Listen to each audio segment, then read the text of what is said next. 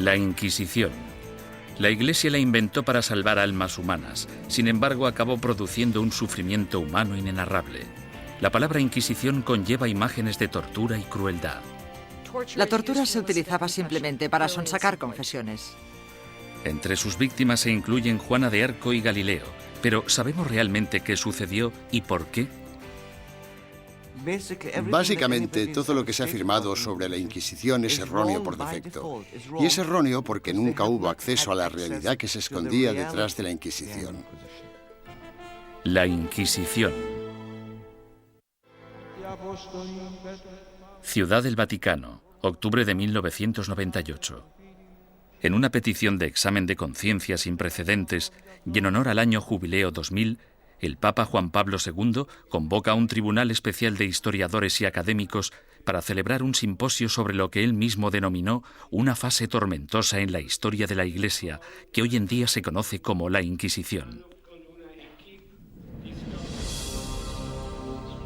Para ayudar al tribunal en su investigación, el Papa anuncia la apertura pública de los archivos secretos de la Inquisición, unos archivos que habían estado fuera del alcance de los académicos durante casi 200 años. El pontífice, de 79 años de edad, se enfrenta así a una de las cuestiones más cruciales en su trayectoria. ¿Debería la Iglesia Católica pedir disculpas por los pecados cometidos durante la Inquisición? El tema es un polvorín de controversia, incluso entre los historiadores. Yo creo firmemente que esta disculpa era innecesaria, porque la Iglesia no fue responsable de la mayoría de las persecuciones que hemos tenido en el pasado europeo. La Iglesia sí tiene alguna responsabilidad desde un punto de vista histórico. Fuera lo que fuere lo que la Inquisición hizo mal, no se puede decir que no fuera responsabilidad del papado. Todos los académicos deben afrontar una cuestión central y perturbadora. ¿Cómo pudo una institución como la Iglesia convertirse en el instrumento a través del cual se destruyeron miles de vidas humanas durante 6 siglos? La primera respuesta implica comprender que nunca hubo una única y todopoderosa Inquisición, sino más bien instituciones independientes en España, Portugal e Italia. Lo que compartían era un oscuro y perpetuo miedo, el miedo a la herejía religiosa.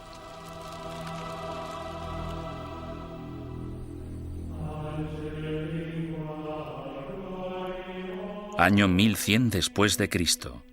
El corazón de la Alta Edad Media. Una frágil alianza de reinos y provincias, conocida como el Sacro Imperio Romano, ocupa gran parte de lo que hoy conocemos como la Europa moderna.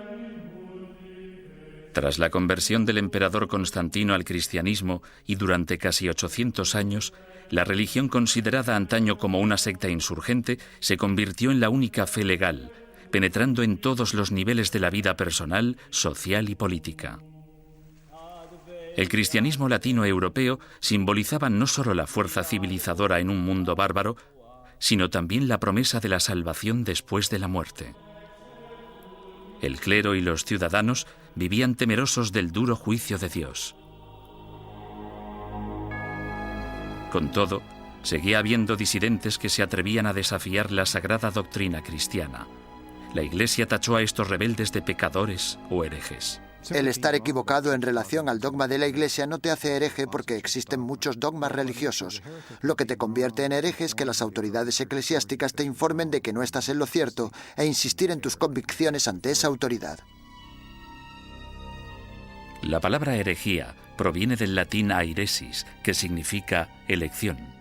Alrededor del siglo XII, herejía cobra un significado mucho más amenazante. Se convierte en un peligro mortal para la sociedad y para el hombre en una traición a Dios.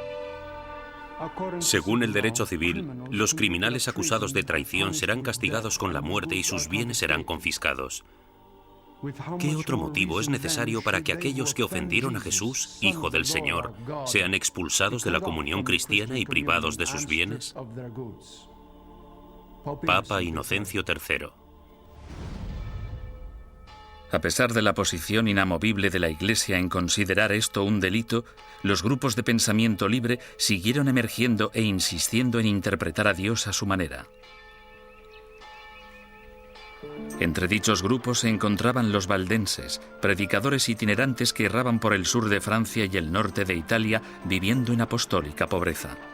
El atractivo de los valdenses parece que fue su visión de un cristianismo simplificado, de la habilidad de todos para predicar si se poseía la inspiración del Espíritu, sin importar si se era clérigo o no. La Iglesia insistía que cualquiera que quisiera dedicarse a la predicación pública debía ser acreditado por el obispo de su diócesis. Cuando los valdenses se negaron a dejar de predicar, el Papa Lucio III emitió un edicto, conocido como Bula Papal, que tachaba el movimiento de hereje y excomulgaba a todos sus seguidores. La herejía se contemplaba como una amenaza a la comunidad cristiana. Era algo que podía perturbar a la gente, y no solo perturbar, sino que podía enajenar a toda la sociedad de la fe. Por eso era tan importante luchar contra ella. Los valdenses fueron suaves en comparación con los herejes más radicales, los cátaros. Los cátaros veían su fe como la única verdadera y se mostraban completamente hostiles ante la Iglesia establecida, a la que consideraban perniciosa. Los cátaros llamaban a sus sacerdotes perfecti o buenos cristianos. Comprometidos con una vida de estricta abstinencia, los sacerdotes no podían mentir, blasfemar, comer carne ni mantener relaciones sexuales. Acusaban a la Iglesia organizada de abusar cada vez más de su poder clerical. La austeridad de los perfecti cátaros parecía, en comparación, sumamente atractiva. En ese sentido, era una vergüenza para la Iglesia que existiera un grupo capaz de vivir realmente de acuerdo con la fe de Cristo y sus apóstoles, mientras que los abogados y administradores de la Iglesia vivían como grandes príncipes. Alrededor del siglo XIII, Europa era un foco de herejía. Al sur de Francia floreció el catarismo. La tensión aumentó hasta que una conspiración cátara asesinó a un representante papal que predicaba en la región del Languedoc en el año 1208. Ultrajado, el Papa Inocencio III reclamó una nueva cruzada en contra de los herejes. Lo que hizo fue básicamente pedir a la nobleza del norte de Francia que se trasladara al sur del país y que convenciera a los nobles de la región, que no perseguían al movimiento cátaro, de que lo hicieran y que propiciaran las condiciones adecuadas para erradicar a los cátaros del mundo rural. El Papa denomina esta guerra santa contra sus semejantes cristianos la Cruzada Albigense, en honor a la catedral francesa de la ciudad de Albi. Las atrocidades que cometieron sus cruzados del norte se convirtieron en legendarias. Los perfecti cátaros, fácilmente identificables por sus atuendos negros, eran asesinados en el acto. Los perfecti no intentaron esconderse, en parte porque la muerte les liberaba de este terrible mundo material en el que el Dios mezquino les había sumergido. Tenían una tímida tendencia al martirio. Sin embargo, tras años de matanzas, los astutos perfecti decidieron desprenderse de su atuendo distintivo y camuflarse gradualmente. A pesar del celibato, incluso empezaron a viajar con mujeres afirmando que eran sus esposas. El Papa Inocencio III volvía a enfrentarse al mismo rompecabezas del principio. El objetivo de la Iglesia era esparcir la salvación y un hereje muerto solo era bueno para el diablo. El pontífice en apuros consideró el sistema judicial del momento. El procedimiento habitual, el acusatorio, forzaba a la parte injuriada a hacer una acusación pública. Si la parte acusadora no conseguía probar su caso, entonces ésta era castigada del mismo modo en que habrían castigado al acusado. Este proceso hacía que incluso los que tenían una queja real se mostraran reacios a presentar una acusación.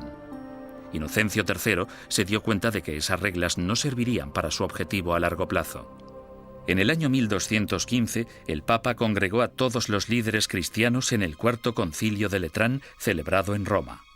Inocencio utilizó el encuentro para anunciar sus nuevas normas para la persecución de herejes y clérigos descarriados. La Santa Inquisición había nacido.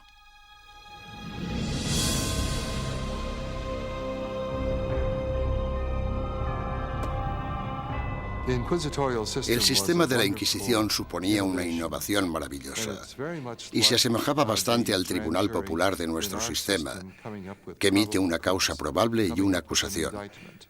No tenían que demostrar nada, solo necesitaban tener muy claro o tener suficientes indicios que sugirieran la culpabilidad del acusado. El proceso inquisitorial de Inocencio III daba la potestad al investigador de construir un caso completo, recogiendo a escondidas las opiniones de la gente de la comunidad. En 1231, el Papa Gregorio IX inicia un concurso público para el nombramiento de nuevos agentes especiales, llamados inquisidores de la depravación hereje. Es el amanecer de la Inquisición medieval, que empieza con una venganza. El objetivo de la Inquisición es acabar con la herejía, y acabar con la herejía significa acabar con los herejes.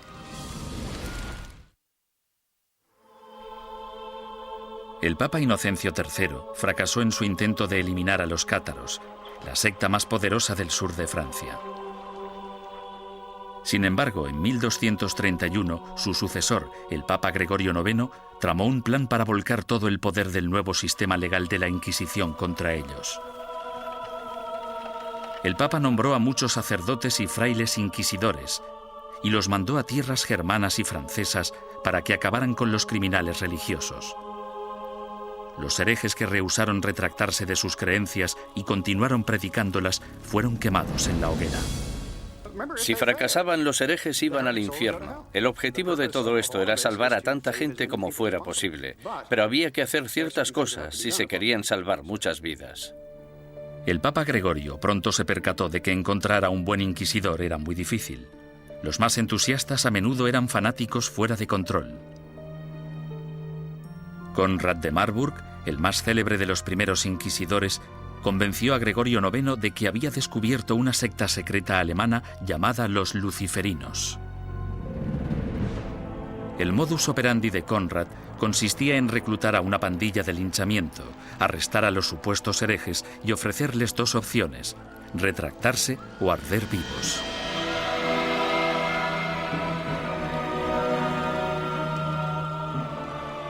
Los historiadores descubrirían más adelante que los luciferinos fueron pura ficción, una invención obsesiva que Conrad creó para impresionar al Papa.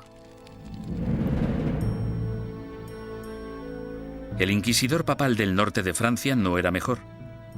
Un cátaro convertido de nombre Robert Le Boucq acorralaba a grupos de supuestos herejes y celebraba estrepitosos juicios públicos. En un suceso devastador, 183 cátaros fueron interrogados, sentenciados y quemados vivos en un solo día. Tras años de protesta por parte de los obispos franceses, el Papa finalmente se dio cuenta de que Robert era un extremista peligroso, por lo que le retiró de su cargo y lo encarceló. Había que hacer algo, y tenía que haber alguien mejor para hacerlo que estos individuos, devotos, aunque extremadamente incompetentes y peligrosos. Este fue el momento en el que Gregorio IX se fijó en los dominicanos. Fundada por Santo Domingo en 1216, la orden dominicana estaba capacitada para realizar el trabajo de inquisidor. Educados como teólogos, los dominicanos estaban habituados a la vida en la calle y a predicar contra la herejía.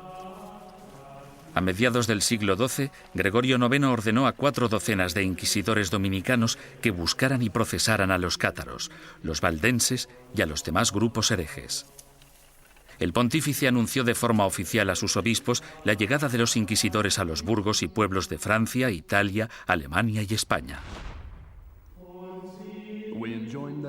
Ordenamos que se les reciba amablemente y que se les trate con honor, dándoles buenos consejos, ayuda y apoyo, de tal modo que puedan realizar la tarea que les ha sido encomendada.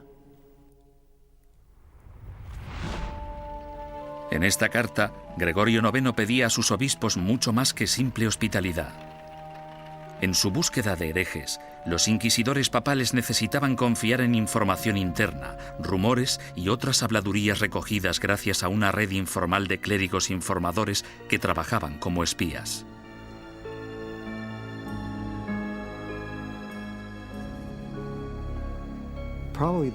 Probablemente sus mejores ojos y su mejor oído en el mundo rural eran los del clero parroquial, puesto que éste vivía en los pueblos, tenía familiares en ellos y por lo tanto estaba atento a los cotilleos locales. En sus incursiones a lo largo de la geografía, los inquisidores llegaban a un pueblo acompañados normalmente de un notario o escribiente para documentar el procedimiento o, en ocasiones, de un sirviente o un guardaespaldas. Entonces, el párroco reunía a los habitantes del pueblo para que escucharan al visitante predicar sobre los pecados y los peligros de la herejía. Una vez terminado el sermón, el inquisidor anunciaba un período de gracia durante el que cualquiera que hubiera cometido herejía podía confesar sus pecados a cambio de un trato clemente. Los que temían ser acusados o habían cometido herejía y tenían remordimientos de conciencia debían actuar durante el período de gracia, porque si lo confesaban después de dicho período, es decir, después de que se iniciara una investigación sobre ellos, la confesión no se consideraba tan sincera como si la hubieran hecho durante el período de gracia. Unas semanas más tarde, el inquisidor anunciaba el fin del período de gracia, momento en el que se iniciaba la fase más nefasta del edicto de fe. Desde ese momento, cualquier acusado se convertía en víctima de interrogatorios o arrestos. Y dado que la información siempre se daba en secreto, el inquisidor animaba a todos los buenos ciudadanos a que denunciaran a cualquier vecino que creyeran que podía ser hereje. El objetivo de las inquisiciones generales, de los edictos de gracia y los edictos de fe, era conseguir que entrara y saliera tanta gente como fuera posible de la oficina del inquisidor. Y para ello utilizaban el miedo, el terror y el interés propio. El inquisidor debía tener al menos 2 testimonios incriminatorios antes de poder seguir adelante. En ocasiones, los sujetos víctimas de investigación no sabían que eran sospechosos hasta el día que les convocaban. Durante el procedimiento inquisitorial, la mayoría de las pruebas se recopilaban antes de que tuvieras conciencia de que había una investigación en marcha. Cuando te informaban del caso, la investigación ya había finalizado. Bastante diferente al sistema actual. Conscientes del peligro de las acusaciones falsas o maliciosas, los inquisidores intentaban diferenciar las mentiras de la verdad. Cuando hacían subir al estrado a un acusado por primera vez, le hacían nombrar a todos sus enemigos. Si alguno de esos nombres coincidía con cualquiera de los nombres de la lista de testigos, el inquisidor debía desestimar ese testimonio. Sin embargo, las protecciones legales se acababan aquí. El acusado nunca llegaba a saber el nombre de quienes le acusaban, ni tampoco los motivos por los que se le acusaba. Era muy complicado demostrar tu inocencia una vez acusado por los inquisidores. Incluso los sospechosos que confesaban haber cometido herejía no podrían reconciliarse con la Iglesia hasta que dieran nombres e información de otros supuestos herejes. Si obstaculizaban la investigación, se arriesgaban a sentencias de cárcel y a perder todas sus propiedades. Si no cooperabas, los inquisidores podían reducir tu ración de comida y encadenarte a la pared. Por tanto, el principal método para conseguir que la gente confesara era simplemente encerrarlos durante largos periodos de tiempo y dejarles reflexionar. ¿Cómo llevaban los inquisidores su trabajo tan en secreto? Han sobrevivido algunos manuales prácticos dándonos una aproximación fascinante a ese período. Uno de ellos, llamado Conducta de interrogación relacionada con la depravación hereje, fue escrito por un inquisidor retirado, Bernard Guy, en el año 1324. Guy, cuyas hazañas inspiraron la novela histórica En el nombre de la rosa, ofrece docenas de investigaciones en las que recoge 17 años de experiencias de primera mano en lo que él denomina su cruzada personal contra la herejía. El objetivo de la Inquisición es acabar con la herejía. Y para acabar con la herejía, debemos acabar con los herejes. Bernard Guy, 1324. Los inquisidores se consideraban realmente una organización de combate. Eran bastante conscientes de que existían herejes y simpatizantes por todas partes y estaban muy motivados para deshacerse de ellos. En 1376, el inquisidor Nicolás Aymeric de Aragón escribió el libro Directorium Inquisitorium. En él describía la tenacidad y el compromiso que debía tener un inquisidor de los siglos XIV y XV, e incluso incluyó una lista práctica de trucos inteligentes utilizados para engañar a los sospechosos para que confesaran. Uno de los trucos que me asombró fue el de sentarse con una vitela pequeña en las rodillas y mirarla y comprobarla mientras la persona da su testimonio. Luego, en algún punto dices, no, lo que estás diciendo no puede ser verdad. Está clarísimo que no me estás diciendo la verdad. Y entonces el sospechoso, sometido al interrogatorio, piensa que lo que tienes es la declaración de otra persona cuando en realidad solo tienes una vitela en blanco.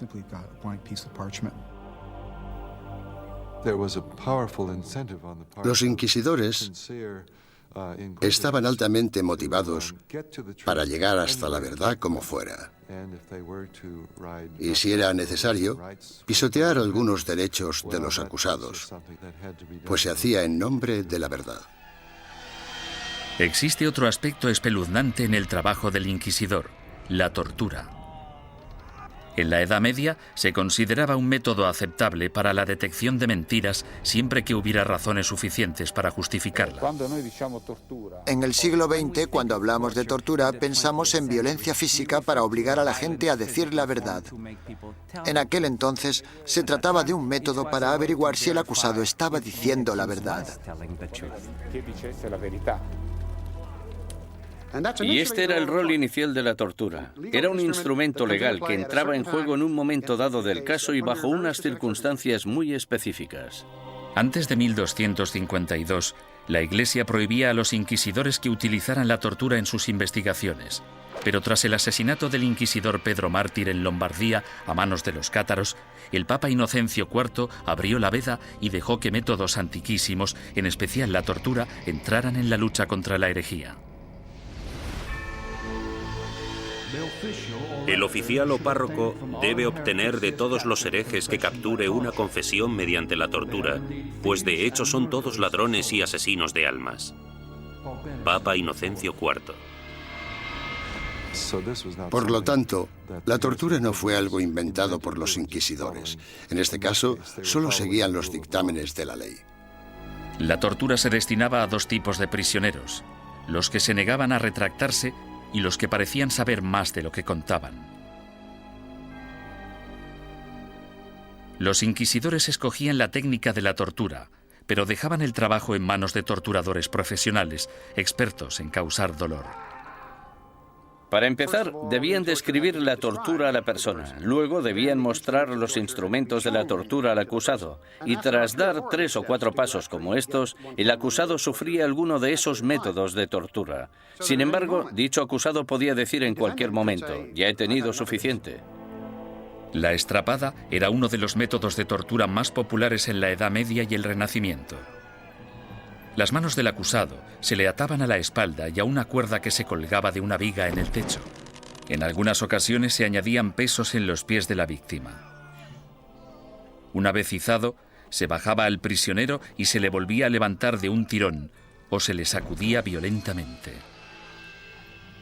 Los atornilladores de piernas o las prensas de espinillas eran instrumentos mecánicamente más sofisticados para causar dolor. Con cada vuelta de tornillo, más aguda se volvía la presión sobre las piernas del prisionero. En medio de toda esta mutilación se encontraba el notario del inquisidor, apuntando con esmero y fidelidad los acontecimientos de la sesión y listo para anotar la confesión tan pronto se produjera. El clero justificaba todo esto como un acto de benevolencia. Al fin y al cabo, si la tortura llevaba a la confesión, el injuriador podía finalmente reconciliarse con Dios y recibir la salvación. Si la confesión se realizaba durante la tortura, el proceso consistía en liberar al acusado de los instrumentos de tortura y permitir que se recuperara. Luego se le repetía la pregunta para comprobar si el acusado solo se había dejado llevar por el miedo al dolor o si realmente había dicho la verdad.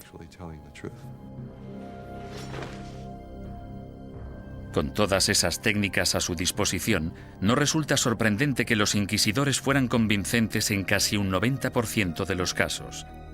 ¿Podía la herejía estar realmente tan extendida? ¿O eran los inquisidores los que utilizaban su poder para asustar a la gente y obligarles a hacer confesiones falsas? En mi opinión, uno de los mayores problemas a la hora de trabajar con los informes de la Inquisición es determinar hasta qué punto podemos creer nada de lo que está escrito en ellos, porque los inquisidores, si querían, podían hacer confesar casi todo a cualquiera. Aunque para los culpables de herejía, lo más temido era el día del juicio. No podías hacer nada para huir de ellos, porque estaban obligados a ejecutarte. Durante los siglos XIII y XIV, los inquisidores papales siguieron su camino por el sur de Europa, recogiendo acusaciones e investigaciones de herejes. Estos sacerdotes se veían como soldados de primera línea de Dios, en guerra por la salvación de las almas, pero dejaban atrás un campo de batalla repleto de bajas. La Inquisición asustaba a los ciudadanos y les obligaba a traicionar a sus amigos y vecinos, destruyendo familias y convirtiendo comunidades pacíficas en una fábrica de mentiras y sospechas. A lo largo y ancho del Sacro Imperio Romano y de los reinos y principados de Europa, los ciudadanos esperaban el Sermo Generalis o el juicio del proceso inquisitorio. Los castigos o penitencias iban desde el azotamiento público al encarcelamiento o a los trabajos forzados. A menudo se obligaba a los convictos a llevar ropa distintiva para hacer pública su vergüenza. Lo habitual es que llevaran una cruz amarilla en sus ropas, una en la parte delantera y otra en la espalda, y tenían que llevarlas siempre que salieran a la calle. No podían ocultarlas con nada, y si se caían se suponía que debían reponerlas. Los que iban marcados con la cruz amarilla se convertían en parias de la comunidad, pero su destino era clemente comparado con las penitencias que sufrían los herejes reincidentes, es decir, los que se retractaban y luego volvían a sus viejas costumbres. Su castigo era la ejecución. El derecho canónico, sin embargo, prohibía a los miembros del clero participar en cualquier juicio de sangre, por lo que los inquisidores entregaban a los herejes condenados a las autoridades civiles. Los inquisidores derramaban algunas lágrimas de cocodrilo y decían algunas palabras con la esperanza de que las autoridades civiles mostraran clemencia con esa gente. Sin embargo, su mayor deseo era que los condenaran a la hoguera. Cuando la Inquisición entregue a los culpables de herejía al poder civil, el magistrado de la ciudad deberá hacerse cargo de ellos en el acto y, en un periodo máximo de 5 días, deberá ejecutar las leyes hechas contra ellos. Papa Inocencio IV, 1252. Una vez completado el juicio Sermo Generalis, las autoridades laicas escoltaban a los condenados hasta un emplazamiento alejado de las calles de la ciudad. Allí los ataban a estacas de madera apuntaladas sobre toneladas de leña. Los inquisidores nunca acudían a estas ejecuciones. Se te permitía hacer la última confesión a un sacerdote si lo deseabas. Sin embargo, puesto que estabas bajo la custodia del poder laico, no podías hacer nada para escaparte de ellos porque estaban obligados a ejecutarte. Quemar en la hoguera es una de las sentencias de muerte más horribles que se puedan imaginar. Las llamas podían tardar horas en consumir por completo al condenado. Si la víctima estaba de suerte o sus familiares eran suficientemente influyentes, entre la leña se colocaba mucha madera húmeda para que generara mucho humo. La muerte por asfixia era preferible a la agonía de quemarse vivo.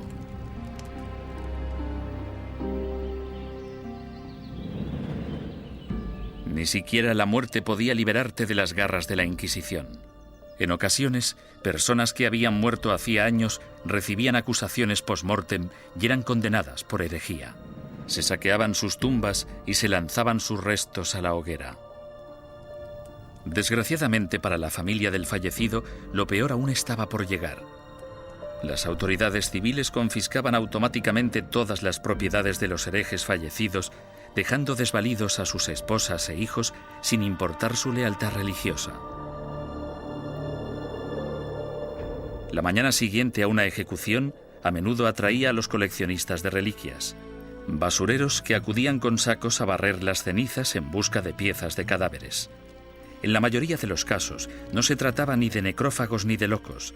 Normalmente eran los que creían que aquellos que morían ejecutados eran mártires y merecían ser venerados. Mucha gente pensaba que los herejes eran buenos cristianos y los inquisidores gente malvada, por tanto podía darse un contraataque. El siglo XIV fue testigo del punto más álgido de la campaña de la Inquisición. Gracias a su inmenso poder, la Iglesia combatía la traición con la misma dureza incluso contra sus propios rangos. Cuando un grupo de franciscanos decidió desvincularse de la orden y llamarse a sí mismos franciscanos espirituales, el Papa Juan XXII les acusó de abandonar los ideales de su fundador, San Francisco de Asís, y ordenó a la Inquisición que acabara con ellos. Tras quemar en la hoguera a 4 líderes franciscanos espirituales en Marsella el año 1317, la mayoría de los rebeldes restantes volvieron a la orden original. Durante los 150 años de la Inquisición papal de Gregorio IX, los principales movimientos herejes, los cátaros y los valdenses, fueron virtualmente erradicados de la Europa occidental. Al reducirse el número de herejes, parecía que la Inquisición acabaría desapareciendo por completo. Sin embargo, el negocio de la cacería y el castigo de brujas resucitó el proceso con una venganza durante el siglo XIV. Se consideraba herejía, puesto que se creía que para conseguir poderes, el hechicero debía renunciar a Dios y a su bautismo. Es decir, que debía romper un contrato y rendir algún tipo de homenaje al diablo para poder conseguir esos poderes. El diablo nunca da nada a cambio de nada.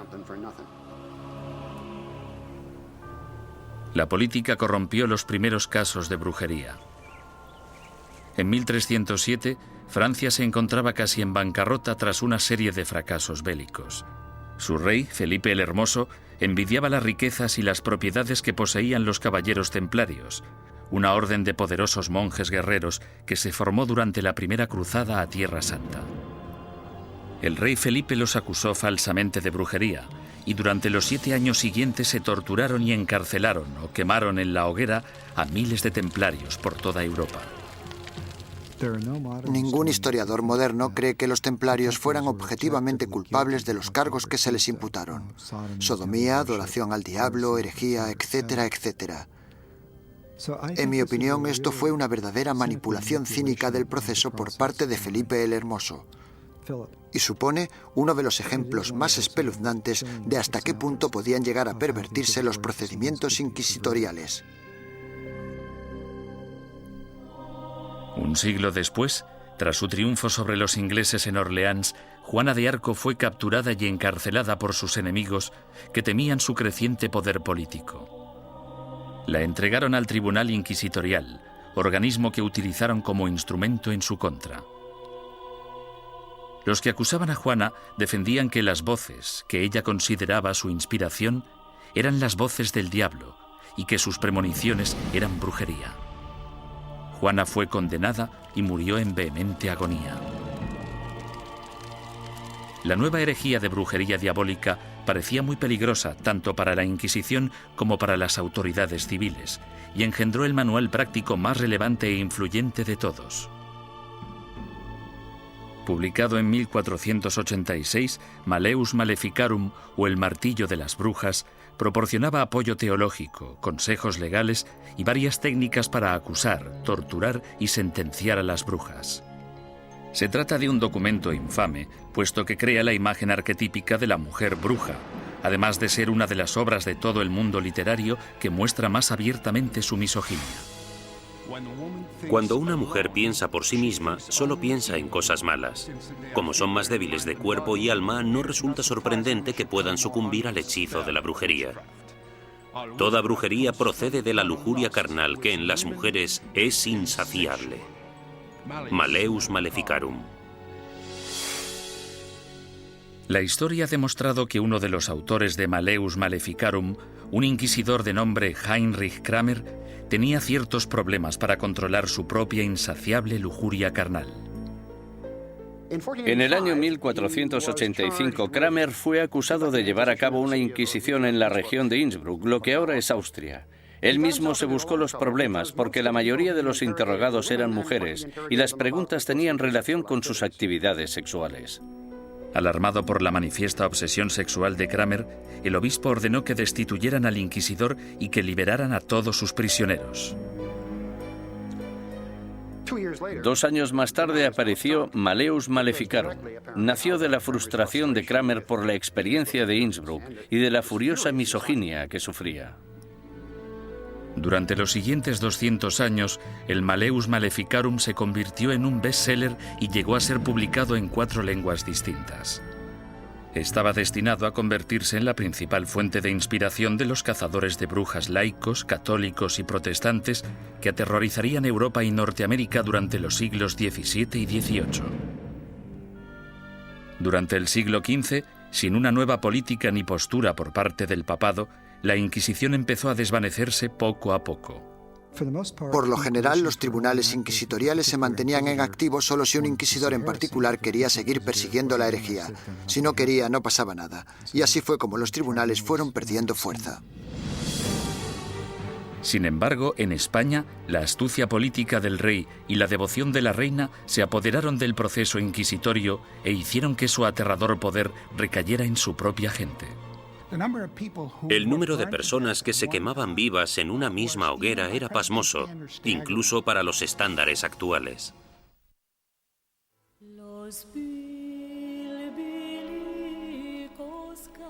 La situación de los judíos europeos durante el período medieval siempre fue desesperada.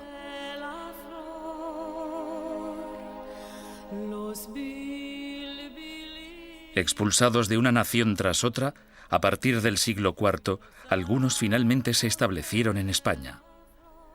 Prosperaron viviendo y trabajando en relativa armonía tanto con musulmanes como con cristianos. Pero a finales del siglo XIV, una serie de problemas económicos y levantamientos sociales despertaron antiguos prejuicios. En las décadas de 1380 y 1390, amotinamientos en contra de los judíos provocaron el incendio de sinagogas y el asesinato de miles de judíos. La solución de las autoridades españolas fue expulsar del país a todos los judíos que no se convirtieran al cristianismo. Muchos decidieron marcharse, otros, sin embargo, hartos de una persecución sin fin, optaron por abandonar la religión de sus antepasados para poder quedarse en España. La conversión en masa de los judíos el año 1391 en España es casi única en la historia judía. En muy pocas ocasiones se había conseguido que tantos judíos se convirtieran al mismo tiempo junto con sus rabinos y sus riquezas. Esto redujo en gran número la población de judíos en España. Debido, al menos en parte, a su antigua ética cultural de escolarización y esfuerzo continuo, estos nuevos cristianos, llamados conversos, prosperaron durante las décadas siguientes. Como judíos habría sido ilegal que realizaran ciertos trabajos o que ocuparan ciertas posiciones en el gobierno. Sin embargo, como cristianos las posibilidades abundaban. Desde los inicios de la historia de la conversión de los judíos, tenemos a conversos obispos, conversos ministros, conversos líderes financieros. Tenemos conversos ocupando las más importantes posiciones de la sociedad cristiana, porque esa era la ventaja de convertirse. Y fue precisamente esto lo que pudo originar las objeciones de los otros cristianos, que recelaban de la creciente relevancia de esa gente que anteriormente había sido judía. En tan solo unas pocas generaciones, miembros de la Iglesia Católica de España empezaron a acusar a estos nuevos cristianos de practicar secretamente la religión judía mientras mantenían una fachada apropiadamente cristiana. Este fenómeno judaizante era en parte verdad, puesto que algunos conversos, aunque se autoproclamaban cristianos, mantenían costumbres que habían heredado de sus antecesores. La dimensión de la llamada actividad judaizante era más de carácter cultural que religiosa. En otras palabras, realizaban ciertas cosas que sus padres y sus abuelos habían hecho y en las que no veían nada particularmente malo, como encender velas el sábado. Muchos de ellos creían que encender velas el sábado no tenía nada inherentemente conflictivo con el catolicismo. Su condición de cristianos bautizados también significaba que si se intuía de cualquier modo que recaían en el judaísmo, podían ser acusados de herejía.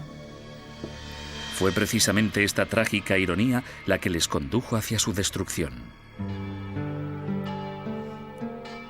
Con el matrimonio en 1469 de Fernando de Aragón e Isabel de Castilla, se unieron los dos reinos más poderosos de la península ibérica. Los consejeros dominicanos de Isabel pronto la convencieron de que la actividad judaizante suponía una amenaza mortal para el catolicismo en España y que una Inquisición podría ser la única solución. Si el clero pedía una Inquisición, no era solo porque fueran fanáticos, sino porque sabían perfectamente que detrás de ellos tenían a muchos seguidores muy fieles que tenían conciencia del problema tal y como lo percibían. El rey Fernando, astuto estratega político, vio que una alianza con la Iglesia Católica podía beneficiar a España en muchos sentidos. Aparentemente, Fernando tenía otros planes en mente. Apoderarse de las riquezas de los conversos. Había grandes cantidades de dinero esperando, encerradas en los cofres de los poderosos conversos, comerciantes y nobles. Y Fernando se propuso hacerse con ellas y lo consiguió. El primer paso del rey Fernando fue ponerse en contacto con el Papa y expresarle su preocupación por el problema judío de España. Es enorme el daño que los cristianos sufren con el contacto, las relaciones y la comunicación con los judíos, que siempre intentan de un modo u otro seducir a los leales cristianos y apartarlos de nuestra santa fe católica. Fernando el Católico. Bajo la presión del insistente rey español, el Papa Sixto IV emitió una bula papal que instauraba una inquisición para erradicar la depravación hereje en España y que iba dirigida a los conversos judíos. Esta nueva Inquisición española fue algo completamente distinto a todos los demás tribunales inquisitoriales anteriores. Sus normas garantizaban que el rey Fernando, y no el Papa, controlaba todos y cada uno de los aspectos de sus actividades. El tribunal de mayor grado, llamado la Suprema, consistía en 6 o 7 hombres nombrados personalmente por el rey. Solo un miembro, el inquisidor general, era nombrado oficialmente por el Papa, y aún así, este tenía que haber sido nombrado antes por Fernando. Aunque os guste el título de inquisidor, somos yo y la reina quienes os hemos nombrado y sin nuestro apoyo muy poco podéis llevar a cabo. Rey Fernando. Esto significa que el Estado empieza ya en la Inquisición española a tener cierto poder de control sobre la institución. Esto no era así en la Edad Media. El 6 de febrero de 1481 se celebró el primer auto de fe en Sevilla. En este acto, que se convertiría en el símbolo de la Inquisición española, un centenar de hombres y mujeres conversos fueron acusados de practicar secretamente la religión judía y juzgados ante la Iglesia. 6 de ellos pagaron el más alto precio. Fueron quemados en la hoguera. En mitad del auto siempre se celebraba una ceremonia. Los dominicanos elegían a sus mejores oradores, los que tenían la voz más fuerte, y en ocasiones los sermones duraban media hora, 1, 2 horas. Los participantes eran despojados de toda dignidad. Se les afeitaba la cabeza, desnudaban a las mujeres y a los hombres, se afeitaba la barba a los hombres. En España, la virilidad de un hombre residía en su barba, por lo que afeitarla resultaba muy desagradable. La idea de la ceremonia era humillar a los penitentes y mostrar a la congregación cuál era el castigo por cometer herejía. Incluso los que no habían recibido mucha educación o no estaban interesados en las sutilezas teológicas, ni muy seguros de los credos y las plegarias que recitaban, sabían perfectamente qué sucedía en cada momento en un auto de fe. Era un espectáculo aterrador cuyo objetivo era poner unos límites en la mente de las personas sobre lo que podían decir, pensar y creer. Durante el primer año desde su establecimiento, 1.500 conversos acusados de judaísmo fueron juzgados y otros cientos condenados a muerte. La cantidad de personas que se quemaba en una misma hoguera era pasmosa incluso para los estándares actuales. Se quemaron 28 personas de una sola vez, en otra ocasión 70 personas, y en el mayor auto jamás celebrado se quemaron 109 personas en una misma hoguera. A diferencia de los herejes medievales que se atrevían a predicar sus ideas en público, el judaísmo secreto era, por definición, una actividad clandestina que se llevaba a cabo a puerta cerrada. Los vecinos podían decir que habían visto a un individuo leer un libro que probablemente era judío solo por el hecho de ver a alguien mirando un libro pequeño, que podría ser el libro de las horas. O podían decir que habían oído a alguien cuchichear una plegaria que seguro que era judía. Por tanto, encender velas, darse un baño, lavar la ropa, tratar, preparar y comer carne en día de pescado, como podían ser los viernes o los miércoles, podía causarte grandes problemas si tus vecinos se percataban y tenías mala relación con ellos. Las acusaciones provocaban más acusaciones. Algunos conversos se delataban a sí mismos con la esperanza de limpiar su historial y frustrar así el ataque de sus enemigos. Sin embargo, solo se podía conseguir una penitencia clemente si se hacía una confesión completa, y eso significaba dar los nombres de compañeros herejes. La única forma de escapar de todo eso era escoger nombres de otras personas de la comunidad. Esto recuerda mucho a los Estados Unidos de los años 50 y al pánico rojo que provocó la creación del Comité sobre Actividades Antiamericanas. Fue aquí donde se produjeron tantas tragedias. Gente inocente de todos los cargos podría, bajo tortura y pena de muerte, haber dado nombres sin pensar, solo para ser liberados. Si consideramos a Fernando e Isabel como los arquitectos de la Inquisición española, su contratista fue sin duda Tomás de Torquemada, el primer inquisidor general. A partir de 1490, Torquemada redactó minuciosa y sistemáticamente reglas que todavía conservamos en papel para guiar a los inquisidores, incluyendo el más mínimo detalle sobre lo que debían o no debían hacer. Y como consecuencia, podemos considerarle el fundador de la Inquisición. No hay ninguna duda de que Torquemada presidió la Inquisición durante su período más sanguinario y que ejerció mucha influencia sobre la corona. A pesar de que se le ha retratado de todos modos, desde un loco hipnotizador hasta un monje siniestro y obsesionado por el sexo, los historiadores saben muy poco sobre él. Era el típico teólogo fanático, antisemita y extremadamente hostil a los conversos. Era un hombre que concentraba toda esa intolerancia y ferocidad tan característica de los primeros inquisidores. Podemos estar de acuerdo o no con él en que los judeoconversos debían ser perseguidos y condenados. Pero en mi opinión, Torquemada insistió mucho en las normas de procedimiento correcto para el sistema inquisitorial. Sin embargo, se calcula que durante los 20 años de mandato de Torquemada como inquisidor general, 2.000 personas perdieron la vida y otros miles fueron castigados.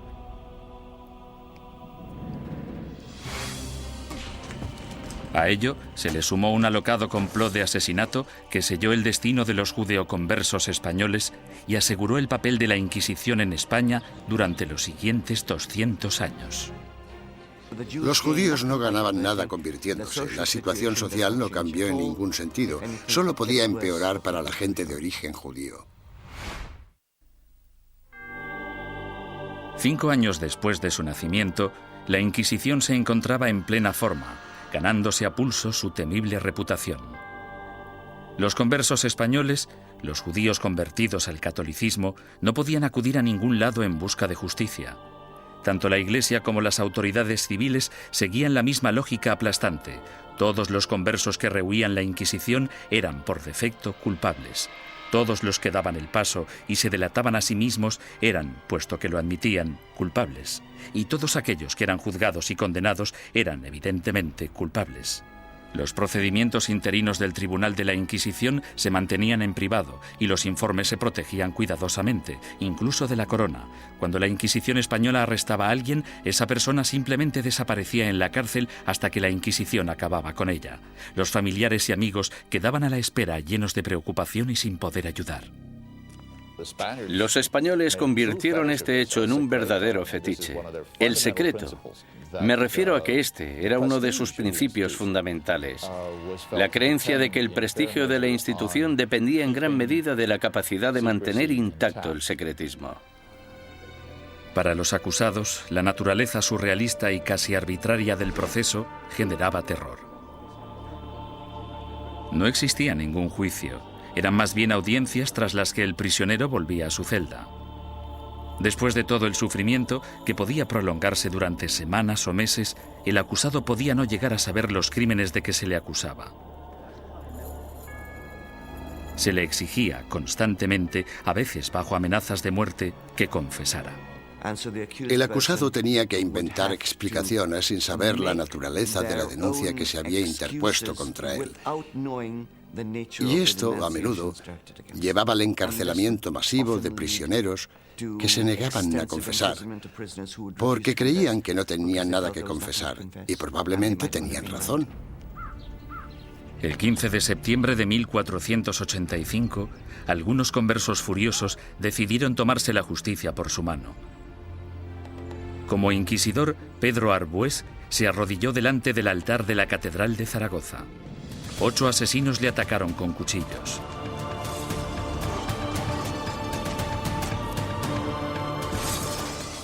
Arbués murió al día siguiente, y con él la esperanza de todos los conversos españoles, pues el desdichado complot hizo que los judíos perdieran la simpatía pública para siempre y garantizó a la Inquisición un lugar en la sociedad española durante las generaciones venideras. Entre los académicos hay una pregunta obvia que ha generado más debate que cualquier otra. ¿Practicaban realmente los conversos el judaísmo en secreto o fueron simplemente cabezas de turco de la intolerancia? El problema desde un punto de vista técnico es que la única fuente de información que tenemos para responder a esta pregunta proviene del Santo Oficio. En consecuencia, el tema a tratar es, ¿debemos creer totalmente en los hermanos del Santo Oficio que investigaron a los conversos? ¿O debemos pensar que fue básicamente un fraude, una gran exageración basada en falsos testimonios? A petición del inquisidor general Torquemada, en marzo de 1492, el rey Fernando emitió otro edicto de expulsión. Se daba a los judíos 4 meses para aceptar el bautismo o abandonar España.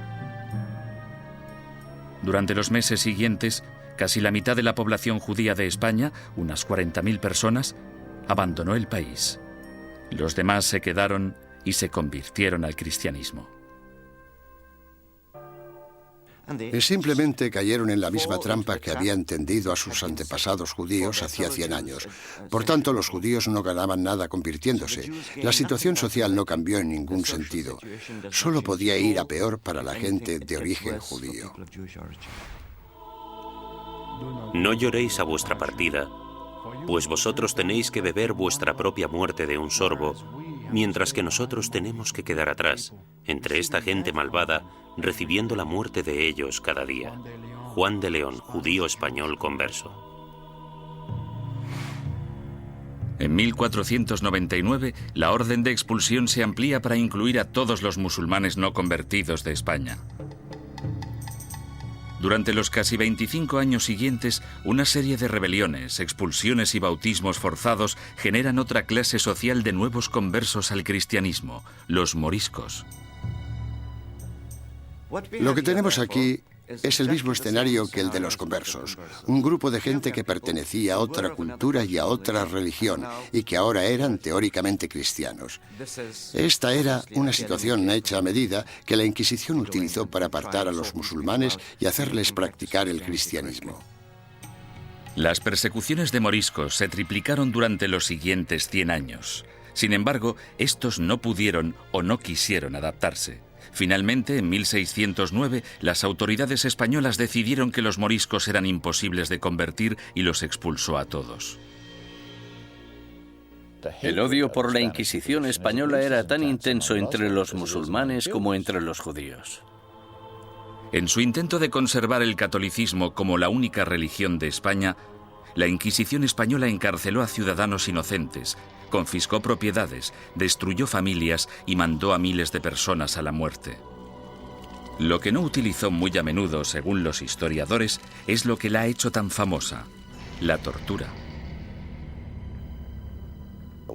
Una de las cosas que se han podido afirmar con seguridad gracias al reciente estudio de la Inquisición es que la tortura se utilizó en muy pocas ocasiones en dicha institución. La tortura se utilizaba única y exclusivamente para sonsacar la confesión, y una vez se había conseguido, la tortura cesaba. Los inquisidores se enfurecían si sus subordinados torturaban a individuos demasiado viejos, demasiado enfermos, leprosos o supuestos enfermos mentales. Tampoco querían que se torturara a niños. Pero no importa la poca frecuencia de uso, la Inquisición tenía reglas concisas sobre cómo ejercer la tortura. A los prisioneros, ya fueran mujeres u hombres, se les desnudaba. Solo se les cubría sus partes íntimas. No todo el clero de entonces practicaba el celibato, y todos los que lo practicaban no eran capaces de contemplar una escena de estas características una y otra vez sin sentir el más mínimo arrebato de sadismo o satisfacción sexual. Decir que esto podía prolongarse durante siglos es no comprender en absoluto la naturaleza de la sexualidad humana. La garrucha, versión modernizada de la estrapada medieval, se convirtió en el método de tortura más común. El potro, probablemente el instrumento de tortura más famoso de todos, también era muy efectivo, aunque tenía algunos inconvenientes. Su uso no podía prolongarse porque una de las reglas vitales de la tortura era que la Inquisición no podía derramar sangre. Si se vertía una gota de sangre, la tortura debía suspenderse. La toca, o tortura con agua, se convirtió en la favorita de los inquisidores españoles. Durante el terrible sufrimiento, la boca del prisionero se mantenía abierta a la fuerza y se introducía una pieza de ropa por la garganta. Luego se vertía agua por la garganta, de modo que la pieza de ropa quedaba empapada y provocaba al prisionero violentos espasmos. Durante la Inquisición española, la tortura no podía aplicarse más de 3 veces y nunca durante más de 15 minutos. Las afirmaciones que hacían los prisioneros no eran legales, a no ser que las ratificaran 24 horas después, lejos de la sala de tortura. Hubo inquisidores que rompieron las reglas, aunque lo hicieron por ignorancia más que por malicia. El buen juez debe hacer caso omiso de los gritos, lloros, suspiros, temblores o del dolor del acusado. Y toda tortura debe realizarse con tal cuidado que el acusado no se vuelva loco, ni quede herido, lesionado ni indebidamente angustiado. J. Damunder, testigo ocular de las torturas. Se les pedía que siguieran las normas del libro, eso era todo. Yo no he encontrado, sinceramente, demasiados indicios de que se rompieran dichas normas. Me refiero a que tal vez estaban más dispuestos a seguir los procedimientos que los policías de hoy en día. La Inquisición española realizó algunas innovaciones en el área del castigo. La cruz amarilla que llevaban los herejes medievales en sus vestimentas evolucionó hasta un atuendo llamado San Benito. Estas ropas debían vestirse en el juicio conocido como el auto de fe o acto de fe, y luego por encima de la ropa de calle mientras durara la penitencia. La gente que iba por la calle era objetivo de todo tipo de comentarios sarcásticos. Los niños les tiraban piedras, todo esto hacía muy difícil poder ganarse la vida. Ni tan siquiera la muerte liberaba al hereje de la vergüenza. El hábito con el que se enterraba al difunto se colgaba en la parroquia del lugar para recordar a todo el mundo en la ciudad que esa persona y su familia estaban relacionados con la herejía. Muerte y humillación no eran los únicos escollos de la Inquisición. Uno de sus castigos más temidos era convertirse en esclavo en las galeras españolas. Se cree que este castigo fue invención del mismísimo rey Fernando. No tenía nada que ver con la religión, la herejía ni cualquier otra cosa.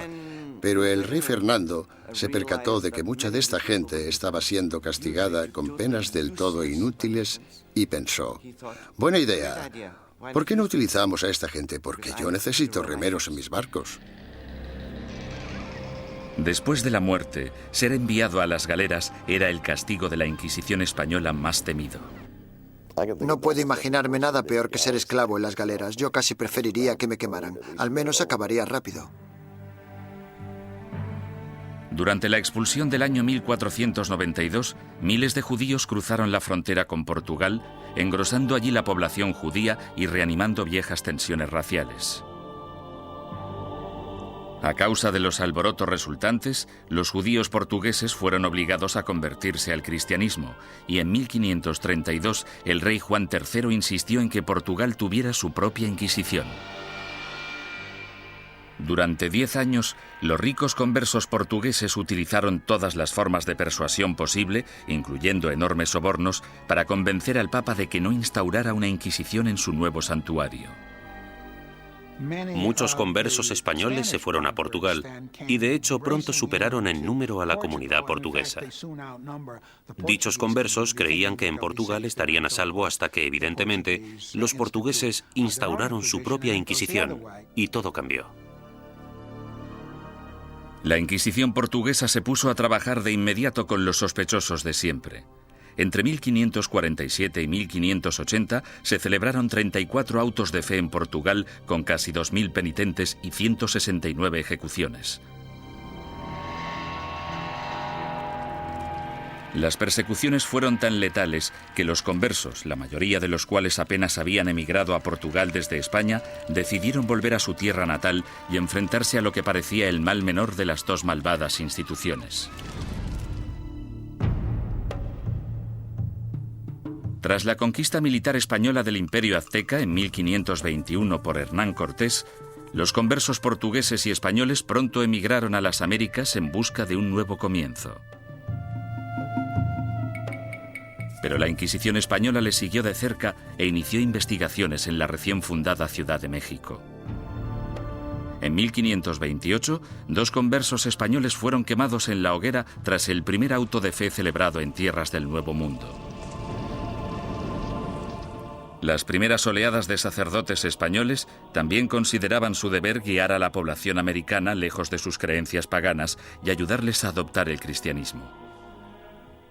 Tras un periodo inicialmente optimista sobre lo que se creía una conversión extendida, la segunda generación de prelados españoles en el Nuevo Mundo empezó a tener dudas sobre si los indios seguían siéndolo a escondidas después de ser bautizados, del mismo modo que se creía que los conversos seguían siendo judíos tras el bautismo. En contra de la política estricta y reacia aplicada tanto a judíos como a musulmanes en España, la Suprema finalmente decidió que los indios simplemente eran incapaces de asimilar las creencias cristianas y que, por tanto, estaban fuera del alcance de la conversión. Sin embargo, la Inquisición pronto se enfrentaría a su mayor enemigo hereje de todos los tiempos, el protestantismo. Y en ocasiones incluso fueron torturados por la Inquisición, lo que parece muy injusto, pero eran protestantes y eran una presa fácil.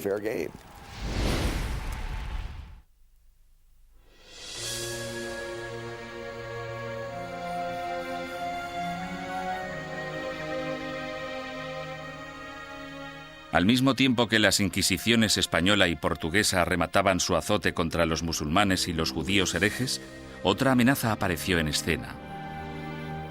En 1517, un sacerdote alemán llamado Martín Lutero dejó su famoso tratado, las 95 tesis, a las puertas de la iglesia de Wittenberg.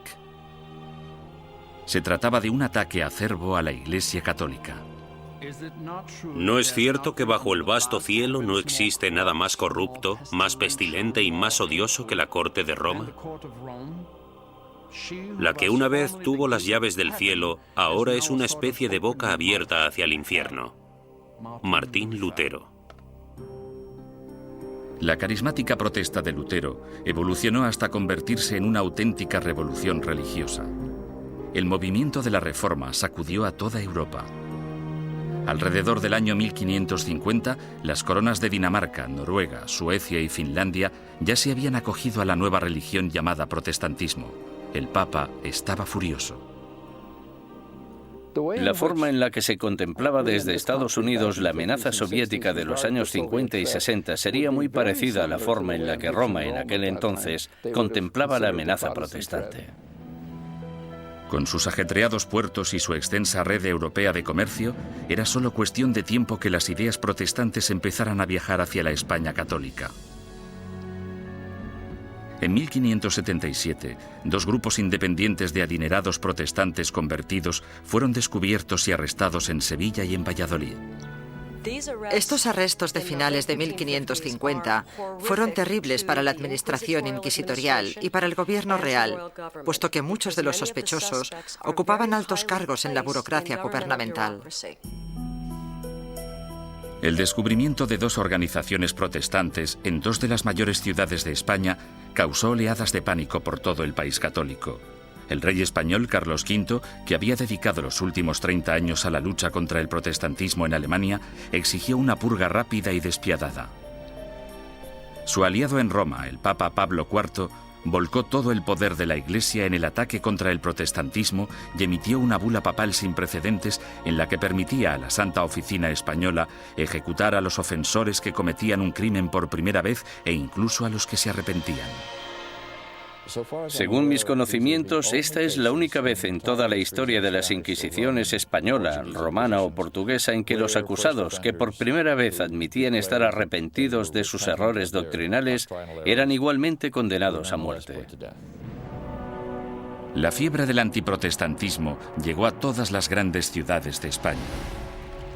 Fueron quemados en la hoguera sacerdotes, monjas, soldados ingleses e incluso 3 niños que murieron junto con sus madres. En poco más de 3 años, tras el descubrimiento de protestantes en España, el protestantismo se había eliminado por completo. Nunca reaparecieron.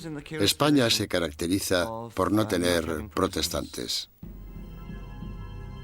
El sangriento ataque a los protestantes entre los años 1559 y 1562 también marcó el punto más álgido de la ceremonia del auto de fe en términos de asistencia, pomposidad y pura teatralidad. Anticipándose a los juicios de cientos de protestantes herejes, el inquisidor general Fernando Valdés se propuso deliberadamente modernizar el auto de fe de forma grandilocuente. Los costes aumentaron astronómicamente. Llevaron al tribunal inquisitorial a la bancarrota, de modo que tuvieron que ir reduciendo miembros y empezaron a amontonar prisioneros para poder conseguir un auto realmente bueno y tener suficiente gente para quemar en las ceremonias. España eliminó sistemáticamente a todos los protestantes. Sin embargo, los inquisidores permanecieron alerta ante cualquier amenaza hereje del exterior. A lo largo del siglo XVI, los viajeros protestantes que venían a España, incluso dignatarios extranjeros, cayeron en las despiadadas garras de la Inquisición. La Inquisición arrestó a marineros y comerciantes extranjeros. En ocasiones incluso llegó a torturarlos, lo que es muy injusto, pero eran protestantes y eran una presa fácil. Mientras que España parecía haber triunfado ante el protestantismo, no pudo hacer nada ante los efectos de otra de las invenciones alemanas, la imprenta. Hacia finales del siglo XVI, libros y panfletos escritos por víctimas de la Inquisición española avivaron el negocio de forma importante. Los líderes protestantes, que aspiraban a poner el mundo en contra de la España católica, explotaron estos horribles relatos de tortura, encarcelamientos y muerte. Las cuerdas, que eran de tamaño pequeño, se ataban a los huesos del prisionero atravesándole la carne y haciendo que la sangre borboteara por 8 puntos diferentes al mismo tiempo. Mientras el prisionero se resistía a hacer cualquier confesión respecto a lo que los inquisidores le preguntaban, tiraban de las cuerdas de esta manera 4 veces sucesivas. John Foxe, El libro de los mártires. La mala publicidad de la Inquisición no era el único escándalo al que se enfrentaba la Iglesia católica. En 1542, Roma fue sacudida por la noticia de que Bernardino de Ochino, el líder de la admirablemente austera y piadosa orden católica de los capuchinos, había abandonado Italia para unirse al protestantismo. La deserción de Ochino, una de las figuras relevantes más admiradas en la Iglesia, finalmente incitó al Papa a tomar una decisión. La respuesta del papado a este tipo de escándalos fue la creación de lo que se esperaba que fuera un método más eficaz de rastreo de herejes para detenerlos antes de que se convirtieran en una amenaza o en causa de bochorno. El 4 de julio, el Papa Pablo III ordenó el establecimiento de una Inquisición romana, la primera Inquisición en suelo italiano en más de 200 años. Una comisión de 6 cardenales dirigiría el Santo Oficio, aunque a diferencia de la versión española, dirigida por la corona, el poder de la Inquisición romana estaba única y exclusivamente en manos del Papa. Independientemente de lo que hiciera mal la Inquisición, no se puede decir que no fuera un error del papado.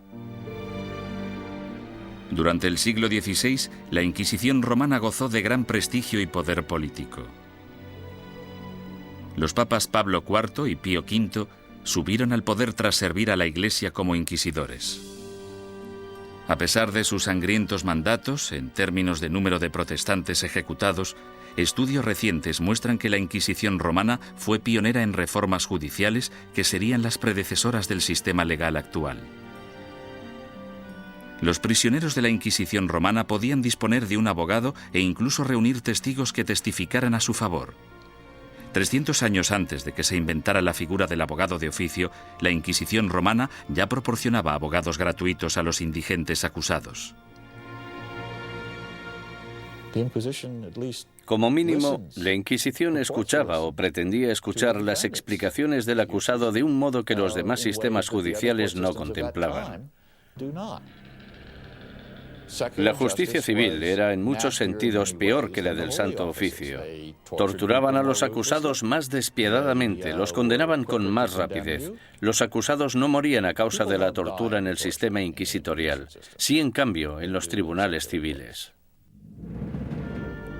Sin embargo, la Inquisición romana se volvió en contra de algunos de los mayores pensadores del Renacimiento. Estaban muy preocupados por el tema de las escrituras y parecía que Galileo las cuestionaba basándose en cuestiones muy controvertidas en aquel entonces. El ataque de la Inquisición romana contra el protestantismo supuso mucho más que arrestos, castigos y ejecuciones. En 1559, el Vaticano publicó su Índice de Libros Prohibidos, en el que listaba cientos de libros y autores considerados peligrosos para la fe y la moral de los buenos católicos. Cualquier ciudadano que poseyera uno de estos libros prohibidos podía ser arrestado. Algunos autores encontraron sus libros listados en este índice simplemente porque una o dos frases sueltas se habían considerado erróneas. Sir Thomas More, político inglés que irónicamente fue decapitado por su lealtad a la religión católica, también fue considerado un autor prohibido. En relación a ciertos pasajes de sus libros, el índice decía: podéis leer este libro, pero debéis saltaros este pasaje. Es cierto que mucha gente famosa aparecía en este índice y, por tanto, estaban prohibidos. Los historiadores cuestionan si dichos índices tuvieron algún impacto real. Hay literalmente miles de títulos en cada índice, y aparte de un grupo de inquisidores y de obispos, pocos sabían exactamente qué estaba prohibido. Con mis investigaciones he podido demostrar que en Cataluña, por ejemplo, nadie hacía caso al índice. A lo largo de todo el siglo XVI, las librerías de Barcelona vendieron públicamente libros que aparecían en el índice de libros prohibidos. Simplemente fingían no conocerlo. Como instrumento de censura, el índice de libros prohibidos resultó ser algo de mucho ruido y pocas nueces. Sin embargo, no hay ninguna duda de que la Inquisición romana tuvo un efecto represivo sobre las ideas intelectuales y científicas y que destruyó las vidas y los legados de algunos de los mayores pensadores del Renacimiento. Giordano Bruno fue uno de los genios más excéntricos del siglo XVI. Medio filósofo, medio loco, su visión del cosmos, considerada inverosímil en su época, de hecho se anticipó a la concepción actual del sistema solar. Bruno era un visionario. Se consideraba casi una segunda reencarnación de Cristo, aunque de hecho tenía sus dudas sobre la divinidad de Dios, pensamiento por el que fue acusado. El tratado más famoso de Bruno, publicado en 1584, pronto le hizo merecedor de aparecer en el Índice romano. De título Sobre el universo infinito y los planetas, es una mezcla extravagante de misticismo y astronomía de Copérnico. Bruno lanzó la teoría de que existe vida inteligente en otros planetas situados más allá de las estrellas. Enseñaba que la unificación de todas las religiones, incluidas el Islam y el judaísmo, era la única salvación de la humanidad. Estas creencias herejes provocaron aversión tanto entre los católicos como entre los protestantes. En un periodo de tensión religiosa, las personas como Bruno representaban una amenaza enorme porque en realidad parecían desechar casi todos los pilares básicos del cristianismo. Durante 15 años, Bruno evitó cautelosamente la Inquisición romana, manteniéndose alejado de Italia. Sin embargo, en 1591, un rico mecenas le convenció para viajar hasta Venecia y una vez allí le traicionó denunciándole ante el Santo Oficio. El encarcelamiento y el juicio de Bruno duraron 7 años, durante los que el tribunal romano llegó prácticamente a implorarle que abandonara sus creencias herejes. Él se negó. Habría sido como repudiar toda su vida. En mi opinión, para un hombre como Bruno, que estaba completamente convencido de sus propios poderes, habría sido casi imposible actuar de otro modo. Tal vez vuestro miedo a juzgarme sea mayor que mi miedo a ser juzgado. Giordano Bruno. La obstinación de Bruno enfureció tanto al Papa Clemente VIII que él mismo le condenó a muerte. El 8 de febrero de 1600, Bruno fue conducido al campo dei Fiori, en pleno corazón de Roma, y fue quemado vivo. En la actualidad, una estatua en su honor, erigida en el año 1829, marca el lugar de los hechos. Otro intelectual renacentista, Galileo Galilei, también desató la ira de la Inquisición. Cuando construyó el primero de sus famosos telescopios en el año 1609, Galileo ya era un físico y profesor de matemáticas de fama mundial. En 1613 publicó 2 libros más, Mensajero Celestial y Manchas Solares, en los que defendía la teoría de Copérnico, según la cual la Tierra no solo gira sobre sí misma, sino que además da una vuelta anual alrededor del Sol. Oficiales ultrajados de la Inquisición denunciaron las creencias de Galileo y citaron numerosos pasajes de las Santas Escrituras que describen la Tierra como centro estático del universo. A los cardenales no les preocupaba demasiado qué era lo que giraba alrededor de qué. Les preocupaba mucho el tema de las escrituras, y Galileo parece que las cuestionaba con ideas muy controvertidas para la época. Sin embargo, Galileo vuelve a cuestionar a la Iglesia y toma una decisión asombrosa. Durante años ha habido un debate tremendo, sobre todo durante el último siglo, sobre qué debería haber hecho Galileo.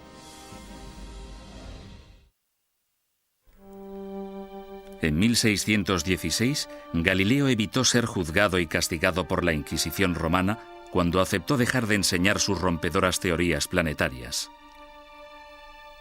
Con todo, 16 años después, alentado por el hecho de que su viejo amigo y admirador, el cardenal Barberini, se convirtió en el Papa Urbano VIII, el célebre científico publicó un nuevo manifiesto en el que reforzaba sus antiguas ideas.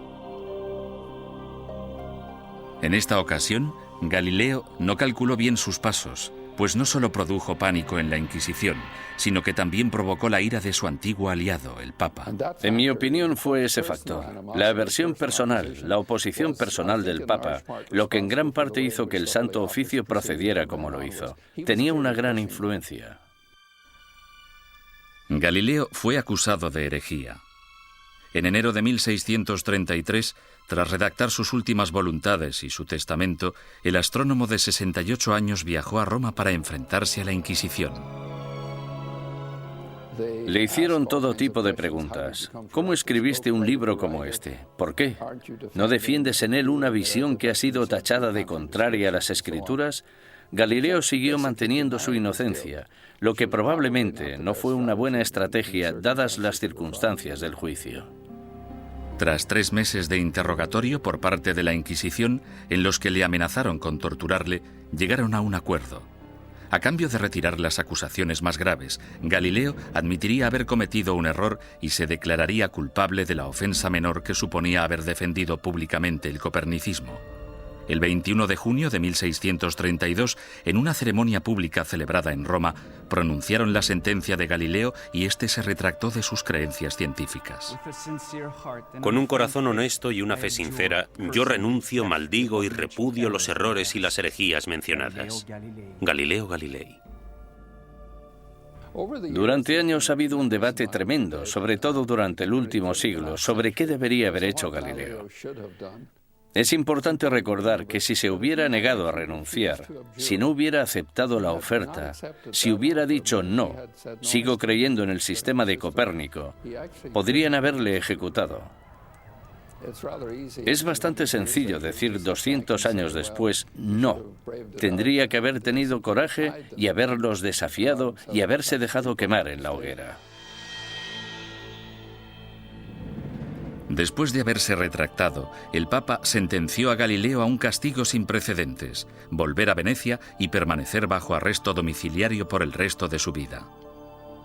El viejo científico murió silenciosamente 9 años después, a los 77 años. La leyenda afirma, sin embargo, que justo después de pronunciar su promesa forzada, Galileo susurró a un amigo: La Tierra se mueve a pesar de todo. En 1992, el Papa Juan Pablo II anunció oficialmente que la Iglesia se equivocó en 1633 al acusar al padre de la ciencia moderna de hereje. Es una lástima que no le escucharan, que no hubiera ningún teólogo en aquel momento capaz de entenderle.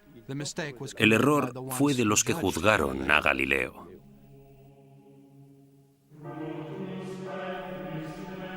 Los siglos XVII y XVIII fueron un período de declive para todas las inquisiciones. En España, aparte de la necesidad de erradicar a los conversos acusados de practicar secretamente el judaísmo, la Inquisición española se centró en la persecución de comportamientos personales inaceptables, como por ejemplo la homosexualidad, la bigamia y el adulterio, así como también los crímenes del clero. Las ceremonias de castigo, los autos de fe, siguieron celebrándose de forma esporádica en el siglo XVIII. Sin embargo, el prestigio de la Inquisición quedó mancillado cuando Felipe II rechazó expresamente acudir al auto celebrado en honor a su coronación. Los propios españoles empezaron a ver la Inquisición como un instrumento anticuado. Y a partir del año 1730 desapareció por completo. Inspirado por los ideales y las reformas de la Ilustración, Portugal empezó a desmantelar su oficina de la Inquisición. Alrededor de 1773, los autos de fe se ilegalizaron y las distinciones entre cristianos viejos y cristianos nuevos se eliminaron de las leyes portuguesas. Fue necesario que el ejército de Napoleón invadiera Italia y España para acabar definitivamente con la Inquisición. Algunas de las primeras acciones del régimen francés al entrar en Madrid en 1808 fueron abolir la Inquisición, confiscar todas sus propiedades y llevarse todos los archivos que encontraron. Napoleón fue incluso más lejos en Roma, donde no solo confiscó los archivos, sino que también se llevó como prisionero al Papa. En 1814, el imperio napoleónico se derrumbó y el Papa Pío VII regresó sano y salvo a Roma. Finalmente, en el año 1820, la Inquisición española fue ilegalizada completamente.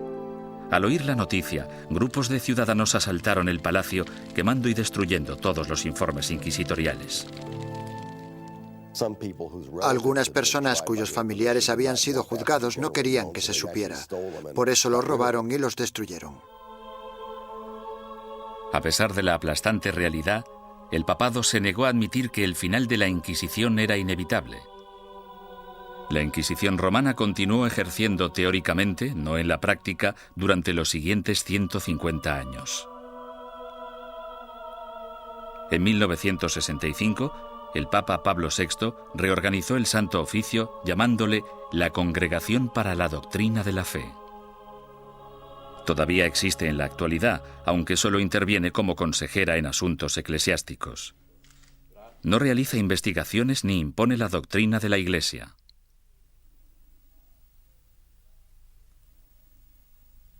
Desde la caída definitiva de la Inquisición, son incontables los mitos y testimonios inexactos que han surgido sobre su objetivo y sus prácticas. Los descubrimientos realizados en documentos nunca vistos, así como en los archivos de la Inquisición abiertos por el Vaticano recientemente, han ayudado a desbancar algunos de ellos. Por ejemplo, se ha podido demostrar que algunos recuentos de personas quemadas en la hoguera eran enormemente exagerados. La gente decía que se habían quemado 200 personas. De esas 200, quizá 3 fueran reales y 197 imaginarias. Poco a poco hemos podido fijar los números reales de las personas que fueron ejecutadas. Han sido necesarios muchos siglos para comprender que algo estaba mal. Debemos tener en cuenta el contexto y la mentalidad. Mucha gente creía que la Inquisición era un instrumento necesario y, aunque no gustaba demasiado, se aceptaba. Sin embargo, otros eruditos advierten que una visión revisionista de la Inquisición nos podría estar llevando demasiado lejos en la dirección errónea. Era una institución malvada. Si se mira todo en conjunto, yo diría que la Inquisición fue exactamente como la han descrito y que no necesitamos un lavado de cara de la Inquisición más de lo que necesitamos una revisión del Holocausto.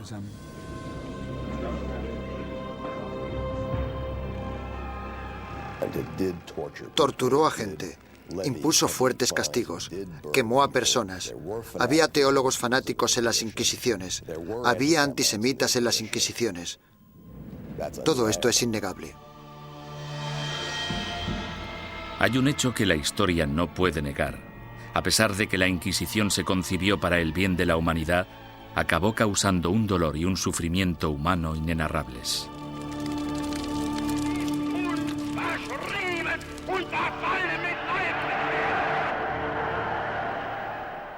Las Inquisiciones existieron durante casi 6 siglos y lucharon por la necesidad de un grupo de imponer sus ideas sobre las de los demás.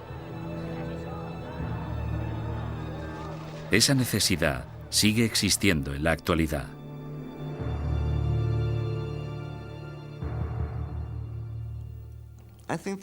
Creo que la lección que debemos aprender de la Inquisición es que no debemos verla como algo único. Es un fenómeno recurrente que se ha dado a lo largo de la historia en todos los países, porque es un fenómeno natural. Es un fenómeno internacional.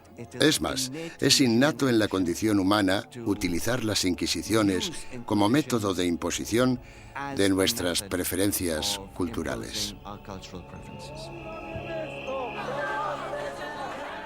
El peligro siempre está al acecho.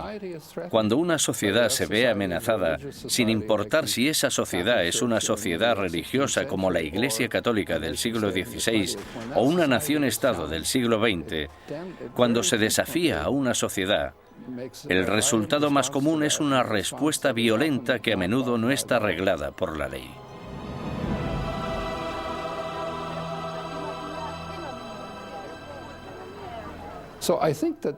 Por lo tanto, creo que esta reacción ante la amenaza es tan antigua como la humanidad y, sin duda alguna, perdurará en el futuro.